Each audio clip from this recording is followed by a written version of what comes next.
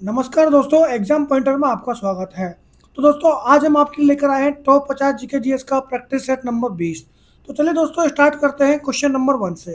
Question number 1, Mohenjodaro में पाई गई दाढ़ी वाले पुरुष की मूर्ति किस सामग्री से बनी है? तो दोस्तों, मोहनजोदड़ो में जो पाई गई थी दाढ़ी वाले पुरुष की मूर्ति, वह दोस्तों बनी हुई थी पत्थर की सामग्री से।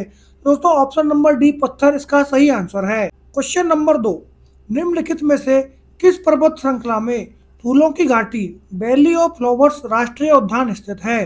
तो दोस्तों, पश्चिम हिमालय में जो पर्वत श्रृंखला है उसमें फूलों की घाटी वैली ऑफ फ्लावर्स राष्ट्रीय उद्यान स्थित है। तो दोस्तों, ऑप्शन नंबर बी पश्चिम हिमालय इसका सही आंसर है। क्वेश्चन नंबर 3, निम्नलिखित में से भारत में नगर पालिका का राजनीतिक प्रमुख कौन होता है? तो दोस्तों, अध्यक्ष जो है नगर पालिका का राजनीतिक प्रमुख होता है। तो दोस्तों, ऑप्शन नंबर बी अध्यक्ष इसका सही आंसर है। क्वेश्चन नंबर 4, भारतीय रिजर्व बैंक के केंद्रीय निदेशक मंडल का कार्यकाल कितना होता है? तो दोस्तों, भारतीय रिजर्व बैंक के केंद्रीय निदेशक मंडल का कार्यकाल 4 वर्ष का होता है। तो दोस्तों, ऑप्शन नंबर डी 4 वर्ष इसका सही आंसर है। क्वेश्चन नंबर 5, सेल्सियस पैमाने पर जल के त्रिक बिंदु का तापमान कितना होता है? तो दोस्तों, सेल्सियस पैमाने पर जल के त्रिक बिंदु का तापमान 0.01 डिग्री सेंटीग्रेड होता है। दोस्तों, ऑप्शन नंबर बी में दिया गया है 0.01 डिग्री सेंटीग्रेड, यही इसका सही आंसर है। क्वेश्चन नंबर 6, मेंडलीव ने समान गुणों वाले तत्वों को आवर्त सारणी में कहाँ विन्यासित किया था? तो दोस्तों, मेंडलीव ने समान गुणों वाले तत्वों को आवर्त सारणी में ऊर्ध्वाधर स्तंभ में विन्यासित किया था। तो दोस्तों, ऑप्शन नंबर सी ऊर्ध्वाधर स्तंभ, यही इसका सही आंसर है। क्वेश्चन नंबर 7, डीएनए और आरएनए के बारे में निम्नलिखित में से कौन सा कथन सत्य है? तो दोस्तों, डीएनए और आरएनए के बारे में आरएनए उत्प्रेरकी कार्यों सहित कई कार्य करता है, यह कथन सत्य है। तो दोस्तों, ऑप्शन नंबर बी इसका सही आंसर है। Question number 8, MS power point templates को सेव करने के लिए किस फाइल का फॉर्मेट का उपयोग किया जाता है? तो दोस्तों, एमएस पावर पॉइंट टेम्पलेट्स को सेव करने के लिए .potx फाइल का फॉर्मेट उपयोग किया जाता है। तो दोस्तों, ऑप्शन नंबर बी .potx इसका सही आंसर है। क्वेश्चन नंबर 9, दक्षिण भारतीय मंदिर वास्तुकला में गर्भगृह के ऊपर निर्मित सीढ़ी नुमा या पिरामिड नुमा संरचना को क्या कहा जाता है? तो दोस्तों, दक्षिण भारतीय मंदिर वास्तुकला में गर्भगृह के ऊपर निर्मित सीढ़ी नुमा या पिरामिड नुमा संरचना को विमान कहा जाता है। तो दोस्तों, ऑप्शन नंबर बी विमान इसका सही आंसर है। क्वेश्चन नंबर 10, चिमामांडा नगोजी अदिची का कौन सा उपन्यास 4 अफ्रीकी महिलाओं के परस्पर संबंध जीवन को चित्रित करता है? तो दोस्तों, चिमामांडा नगोजी अदिची का ड्रीम काउंट उपन्यास 4 अफ्रीकी महिलाओं को परस्पर संबंध जीवन को चित्रित करता है। तो दोस्तों, option number D dream count इसका सही आंसर है। क्वेश्चन नंबर 11, मार्च 2025 में भारत सरकार द्वारा शुरू की गई सहकार टैक्सी सेवा का प्राथमिक उद्देश्य क्या है? तो दोस्तों, मार्च 2025 में भारत सरकार द्वारा शुरू की गई सहकार टैक्सी सेवा का प्राथमिक उद्देश्य है भारत में सभी मौजूदा निजी टैक्सी सेवाओं को प्रतिस्थापित करना। तो दोस्तों, ऑप्शन नंबर ए में दिया गया है भारत में सभी मौजूदा निजी टैक्सी सेवाओं को प्रतिस्थापित करना, यही इसका सही आंसर है। क्वेश्चन नंबर 12, निम्नलिखित में से किस संगठन ने 2025 में सार्वजनिक सेवा के लिए पुलित्ज़र पुरस्कार जीता? तो दोस्तों, प्रो पब्लिका संगठन ने 2025 में सार्वजनिक सेवा के लिए पुलित्ज़र पुरस्कार जीता। तो दोस्तों, ऑप्शन नंबर सी प्रो पब्लिका इसका सही आंसर है। कुछ 2028 और 2036 ओलंपिक की तैयारियों पर चर्चा के लिए 7-8 मार्च 2025 को आयोजित 2 दिवसीय चिंतन शिविर कहाँ आयोजित किया गया? तो दोस्तों, 2028 और 2036 की ओलंपिक की तैयारियों की चर्चा के लिए 7 से 8 मार्च 2025 को आयोजित 2 दिवसीय चिंतन शिविर हैदराबाद में आयोजित किया गया। तो दोस्तों, ऑप्शन नंबर ए हैदराबाद इसका सही आंसर है। क्वेश्चन नंबर 14, निम्नलिखित में से कौन सा घन वाद्य नहीं है? तो दोस्तों, मृदंगम जो है घन वाद्य नहीं है। तो दोस्तों, ऑप्शन नंबर सी मृदंगम इसका सही आंसर है। क्वेश्चन नंबर 15, आईआईटी तिरुपति द्वारा विकसित त्रिनेत्र परियोजना का प्राथमिक उद्देश्य क्या है? तो दोस्तों, आईआईटी तिरुपति द्वारा विकसित त्रिनेत्र परियोजना का प्राथमिक उद्देश्य है साइबर सुरक्षा जागरूकता को बढ़ावा देने वाला मोबाइल गेम विकसित करना। दोस्तों ऑप्शन नंबर ए इसका सही आंसर है। क्वेश्चन नंबर 16, एक ईश्वर एक जाति का नारा किस समाज सुधारक ने दिया था? दोस्तों एक ईश्वर एक जाति का नारा नारायण गुरु समाज सुधारक द्वारा दिया गया। तो दोस्तों ऑप्शन नंबर सी नारायण गुरु इसका सही आंसर है। क्वेश्चन नंबर 17, भारत के उड़ीसा के खंडगिरी में स्थित निम्नलिखित में से किस गुम्फा को 24 जैन तीर्थंकरों की नक्काशी के लिए जाना जाता है?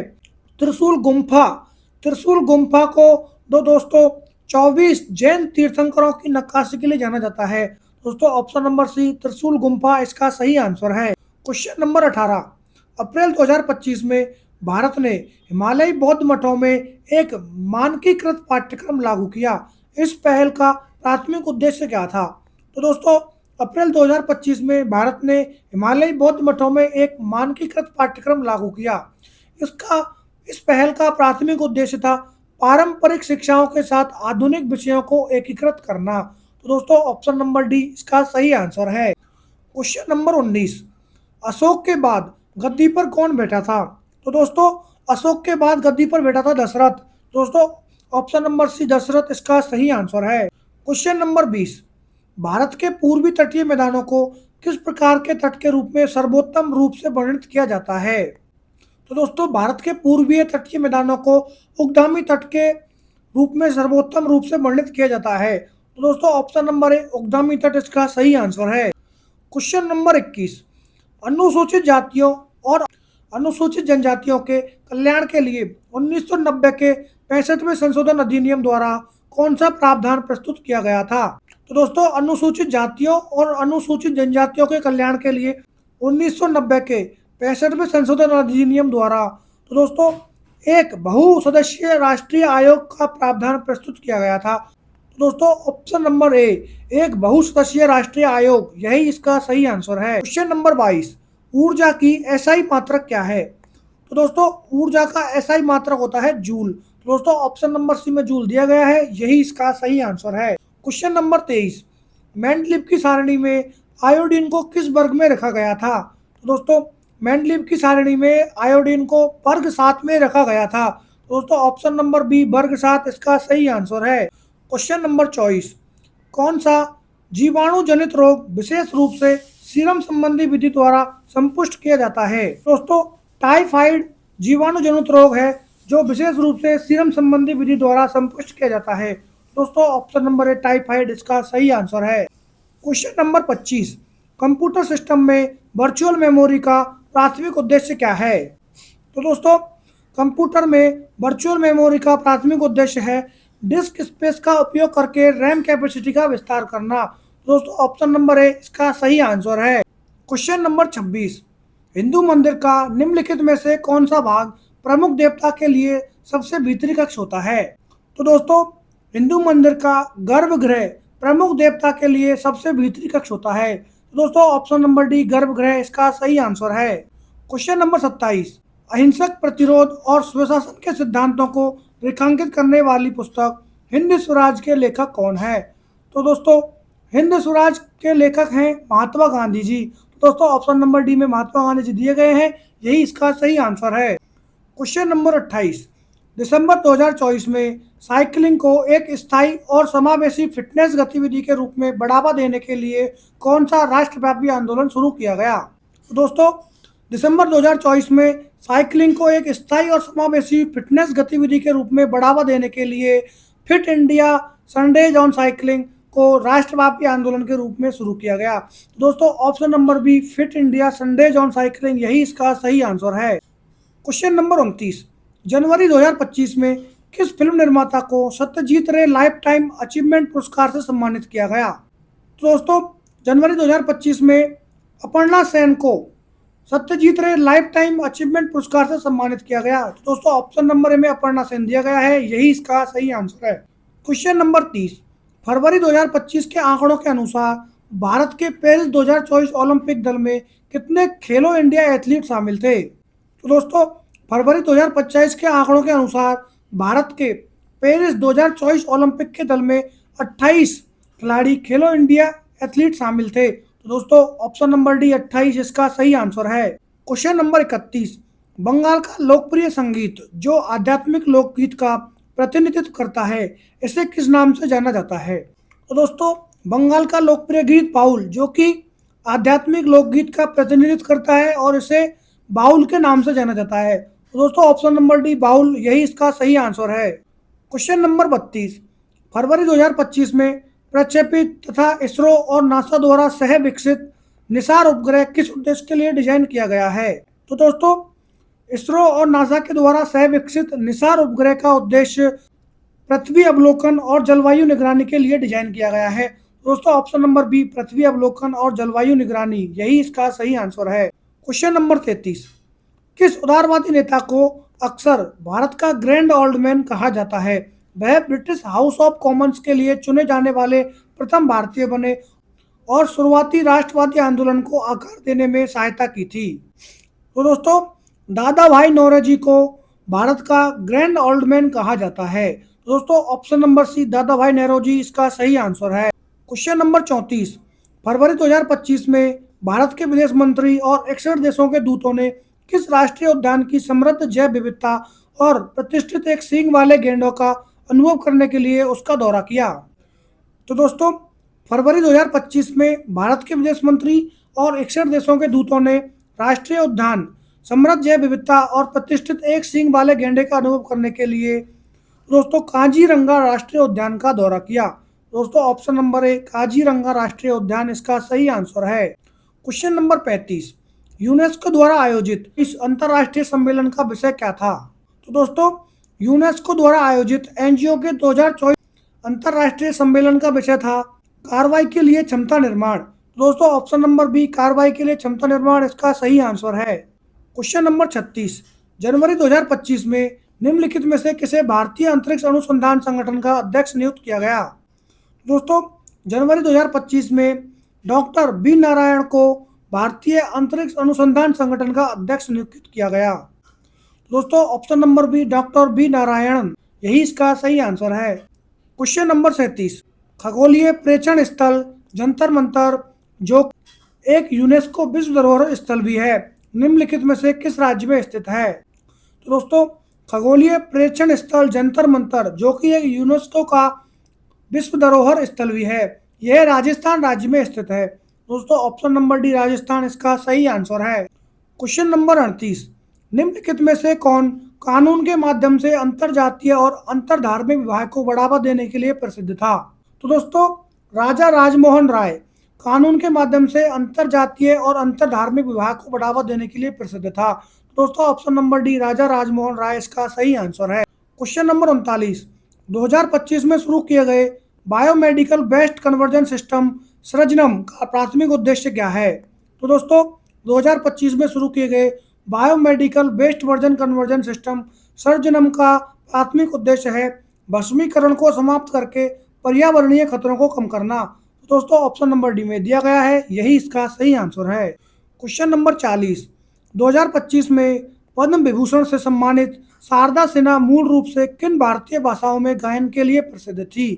तो दोस्तों, 2025 में पद्म विभूषण से सम्मानित शारदा सिन्हा मूल रूप से भोजपुरी और मैथिली भाषाओं के गायन के लिए प्रसिद्ध थी। तो दोस्तों, ऑप्शन नंबर बी भोजपुरी और मैथिली इसका सही आंसर है। क्वेश्चन नंबर 41, जुलाई 2024 में अंतर्राष्ट्रीय ओलंपिक समिति द्वारा निम्नलिखित में से किसे ओलंपिक ऑर्डर से सम्मानित किया गया था? तो दोस्तों, जुलाई 2024 में ओलंपिक अंतर्राष्ट्रीय समिति द्वारा अभिनव बिंद्रा को ओलंपिक ऑर्डर से सम्मानित किया गया था। तो दोस्तों, option number D Abhinav Bindra इसका सही आंसर है। क्वेश्चन नंबर 42, निम्नलिखित में से किसने अपने उपन्यास ऑर्बिटल जो अलगाव मानवीय स्थिति और पृथ्वी के साथ हमारे संबंधों के विषय की पड़ताल करता है के लिए 2024 में बुकर पुरस्कार जीता? तो दोस्तों, सामंता हार्वे ने उपन्यास ऑर्बिटल जो अलगाव मानवीय स्थिति और पृथ्वी के साथ हमारे संबंधों के विषय की पड़ताल करता है के लिए बुकर पुरस्कार जीता। तो दोस्तों, option number A Samantha Harvey इसका सही आंसर है। क्वेश्चन नंबर 43, कार्यबल को आर्थिक आवश्यकताओं के साथ संबंध करने में कौशल विकास महत्वपूर्ण हो गया है। कौशल प्रशिक्षण के माध्यम से रोजगार क्षमता में सुधार करने के लिए 2015 में कौन सा प्रमुख कार्यक्रम शुरू किया गया था? तो दोस्तों, कौशल प्रशिक्षण के माध्यम से रोजगार में क्षमता सुधार के लिए 2015 में स्किल इंडिया मिशन प्रमुख कार्यक्रम शुरू किया गया था। दोस्तों ऑप्शन नंबर है स्किल इंडिया मिशन इसका सही आंसर है। क्वेश्चन नंबर 44, कौन सी मेमोरी अलोपशील होती है और इसका उपयोग कंप्यूटर में आवश्यक सिस्टम निर्देशों को संग्रहित करने के लिए किया जाता है? तो दोस्तों जो हमारी मेमोरी होती है रोम, रीड ओनली मेमोरी, उसका उपयोग नॉन वोलेटाइल अलोपशील होती है। इसका उपयोग कंप्यूटर में आवश्यक सिस्टम निर्देशों को संग्रहित करने के लिए किया जाता है। तो दोस्तों ऑप्शन नंबर सी रोम इसका सही आंसर है। क्वेश्चन नंबर 45, कौन सा एसआई मूल मात्रक एम्पियर की भाषा से सीधे व्युत्पन्न किया जाता है? तो दोस्तों कूलाम एसआई मूल मात्रक एम्पियर की भाषा से सीधा व्युत्पन्न किया जाता है। तो दोस्तों ऑप्शन नंबर ए में कूलाम दिया गया है, यही इसका सही आंसर है। क्वेश्चन नंबर 46, उदासीन विलयन का पीएच मान कितना होता है? तो दोस्तों उदासीन विलयन का पीएच मान होता है 7। तो दोस्तों ऑप्शन नंबर बी में 7 दिया गया है, यही इसका सही आंसर है। क्वेश्चन नंबर 47, निम्नलिखित में से किसे जैन धर्म का प्रथम तीर्थंकर माना जाता है? तो दोस्तों ऋषभनाथ को जैन धर्म का प्रथम तीर्थंकर माना जाता है। दोस्तों ऑप्शन नंबर ए में दिया गया है ऋषभनाथ, यही इसका सही आंसर है। क्वेश्चन नंबर 48, मुगल साम्राज्य के शासनकाल के दौरान गैर मुस्लिम और मुस्लिम व्यक्तियों लगाए गए व्यक्ति कर को निर्दिष्ट करने के लिए किस शब्द का इस्तेमाल किया जाता था? तो दोस्तों मुगल साम्राज्य के दौरान जो गैर मुस्लिम और मुस्लिम व्यक्तियों पर लगाए जाने वाला कर था उसको जजिया कर के नाम से जाना जाता था। तो दोस्तों ऑप्शन नंबर डी में दिया गया है जजिया कर, यही इसका सही आंसर है। क्वेश्चन नंबर 49, भारत सरकार के लेखे 3 भागों में तैयार किए जाते हैं, निम्नलिखित में से कौन सा इन तीनों में से एक नहीं है? तो दोस्तों भारतीय सरकार के जो लेखे होते हैं अकाउंट्स 3 भागों में तैयार किए जाते हैं। तो दोस्तों 4 ऑप्शंस में से सहकारी निधि जो है तो दोस्तों उस लेखे का भाग नहीं है। तो दोस्तों बाकी के जो 4 ऑप्शन दिए गए हैं समेकत निधि, लोक लेखा और आकस्मिकता निधि, ये दोस्तों भारतीय सरकार के लेखों के भागों के रूप हैं। तो दोस्तों सहकारी निधि इसका रूप नहीं है। दोस्तों ऑप्शन नंबर बी इसका सही आंसर है। क्वेश्चन नंबर 50, सुएज नहर नामक कृत्रिम जलमार्ग इनमें से किन सागरों को जोड़ता है? तो दोस्तों सुएज नहर नामक कृत्रिम जलमार्ग जो है भूमध्य सागर और लाल सागरों को जोड़ता है। तो दोस्तों ऑप्शन नंबर डी में दिया गया है भूमध्य सागर और लाल सागर, यही इसका सही आंसर है। तो दोस्तों आज हमने पढ़े हैं प्रैक्टिस सेट 20 में टॉप 50 जीके जीएस के MCQ based previous years paper के क्वेश्चंस। तो दोस्तों जो कि एग्जाम में हमेशा रिपीट होते हैं और आपके एग्जाम्स के लिए बहुत ही उपयोगी हैं। तो दोस्तों अगर आपको ये वीडियो अच्छी लगी हो तो दोस्तों इस वीडियो को लाइक करें, शेयर करें और दोस्तों चैनल को सब्सक्राइब करना बिल्कुल भी ना भूलें, जिससे आपको समय समय पर अपडेट मिलती रहे। तो दोस्तों अगर आपको इस प्रैक्टिस सेट का पीडीएफ चाहिए तो टेलीग्राम पर मिल जाएगा, जिसका लिंक चैनल के डिस्क्रिप्शन में दिया गया है। तो दोस्तों आज के लिए धन्यवाद।